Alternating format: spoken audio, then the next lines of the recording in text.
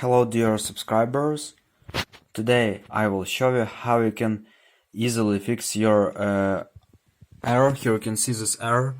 So it's error with iPhone no SIM card installed. So how you can fix it? First you need to take your iPhone and just try to restart your device. So just click on power and just wait some time until you will see here slide to power off. So just slide it to power off. Also another thing you can also try is to do hard reset. So you know, in different models of iPhones you need to click on different combinations to do it. But in most iPhones you need to click on you need to click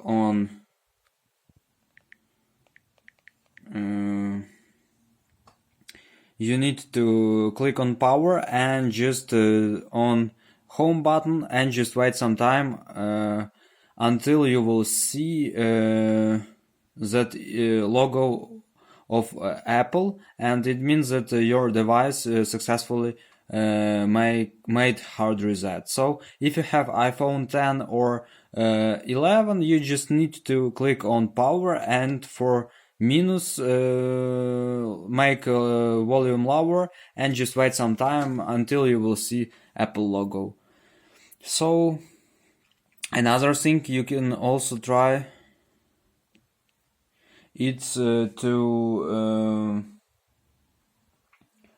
turn airplane mode. So just swipe up and here you will see airplane, so just click on it and just wait some time, not so long, too long, but some maybe 10 or 15 seconds, and just turn off airplane mode.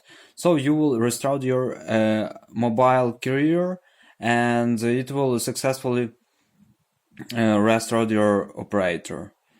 So another thing, if it doesn't help you, you can also try to update your iOS. So just go to the settings, go to general, go to about, and just check your latest system software, and if you have new software, just update it.